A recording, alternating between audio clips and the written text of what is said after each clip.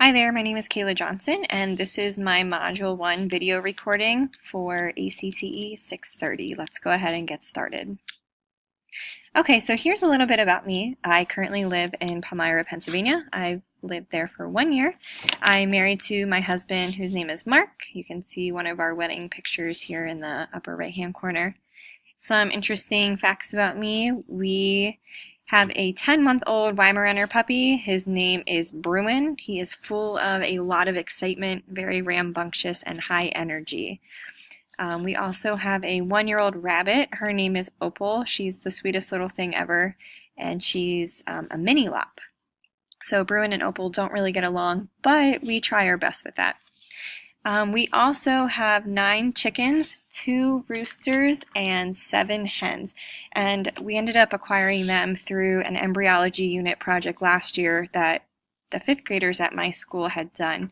And one of the teachers sent out an email asking if anybody was interested in chickens, and me being the animal lover that I am, I couldn't resist. So now my husband and I have 9 chickens, so who would have thought?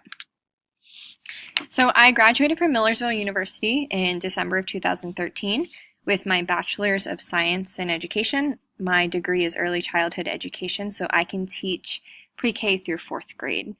Currently, I am a 1st grade teacher at Northwest Elementary School in the Lebanon School District. And I have a picture of my classroom up here because our district just built this brand new elementary school.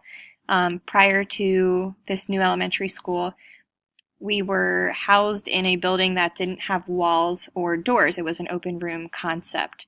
So now this is like my prized possession here, my classroom, because I finally have real doors and actually one door and real walls, which is really awesome. So here's a picture of my classroom that is recently decorated. So moving on, some things that I like to do in my free time. I love crafting and repurposing furniture using chalk paint. So I just have a picture of one of the projects that I distressed this summer. And Mark and I love being outdoors, fishing, kayaking, hiking. This summer we took a trip to Maine and I saw a moose for the very first time out in the wilderness. So that was really awesome. All right, so my experiences in an online environment.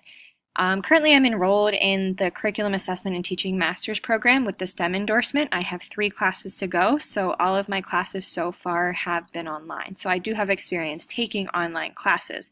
However, I do not have any experience in teaching in an online setting. So I find that extremely overwhelming, as I will kind of hint in the next couple of slides. So I decided to talk about this question, which challenges of teaching online, or which challenges of teaching outlined by Archambault are the ones you want to learn most about.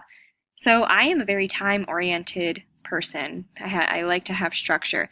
So the thing that I want to know the most about is their time. So how do online teachers manage students not getting the information? So like I said, I teach 1st grade, and it's so easy for me to kind of look at the student and see that they're not getting the information. Plus, they can verbally tell me that they don't get it, and I'm not. And I can also physically see if they're not getting it based on their answers. However, I don't know, my mind is just blown at how much time, about how the teachers manage this time setting with not being able to actually have the interactions face to face.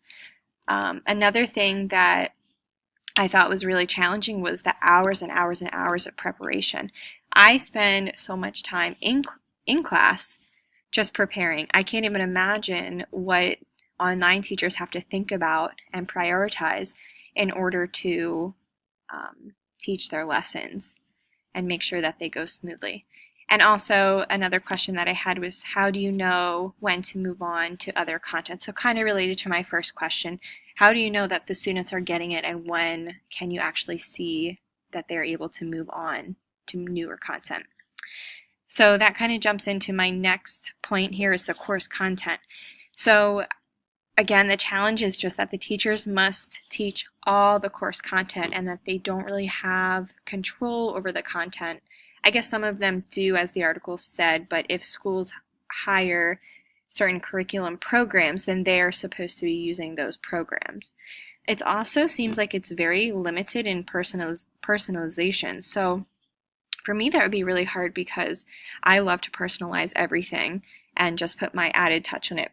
But online teachers don't have that ability, it seems. The time that it takes to change the content, it seemed like that was a very long process that teachers had to go through in order to get something changed. And I just have a question here. Isn't good pedagogy all about change from year to year? So if they're not able to change their content from year to year, then what's kind of the purpose of that? So that's the challenges that I thought when I read through that article. So then I also decided to respond to this question. Rice writes about different approaches to online teaching and how do you respond. So I said that I think that the rules are similar to those of a face-to-face classroom teacher, except the online teacher has a much, much harder job to do to build connections and rapport with students and their families. So like the group process facilitator, that person wears many hats.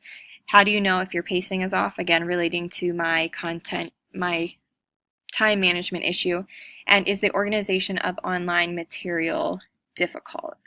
So I like to have everything laid out on my desk in front of me on a piece of paper. However, if you're using a desktop and multiple interfaces, isn't that difficult to kind of see everything in one place? I'm more of a visual person with that. Like, I don't like to read textbooks online. I like to actually have the book and print it out.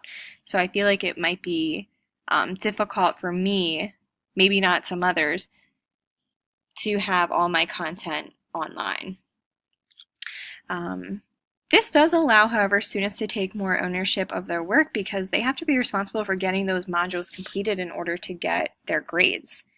And I also think that this leads back to time management. Again, I'm just going to keep reiterating I'm a huge time management person, that you must choose what role is the most important to fulfill at the time. So are you the guide on the side? Are you the process facilitator? Are you an advisor? You know, what kind of role are you facilitating there? And I'm not sure if we were supposed to go into this, but I was also concerned about developing netiquette. I know sometimes maybe the way I come off and word things might not be the best way to say things, so that would be really, really hard for me too.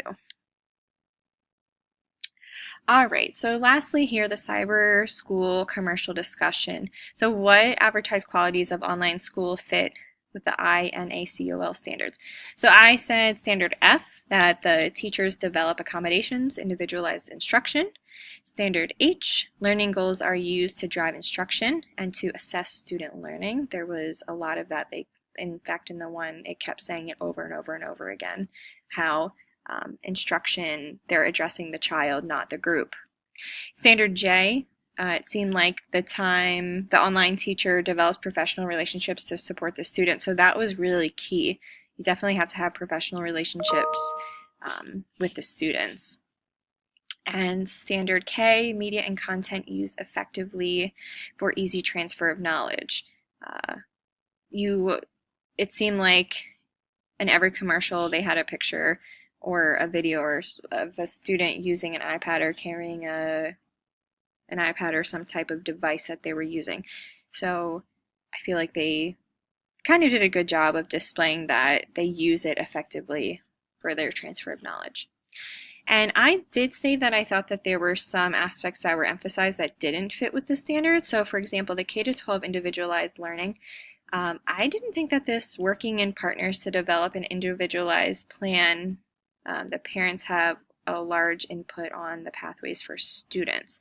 So nowhere in the INACOL did I see that the parents had a major input to develop an individualized plan for the students. Also, with the Connections Academy, they kept emphasizing that it was tuition-free, accredited public school education online with clubs and activities. They also emphasized that the students grow socially. There weren't really any social goals that were in the standards. And it talked also about developing the whole child. And then lastly, the Carpe Diem schools. Nowhere in the standards, again, was offering early graduation or associate's degrees. Most of it was adhering to the students' needs that the standards addressed. So that is the end of my presentation, and I hope you enjoyed. Thanks.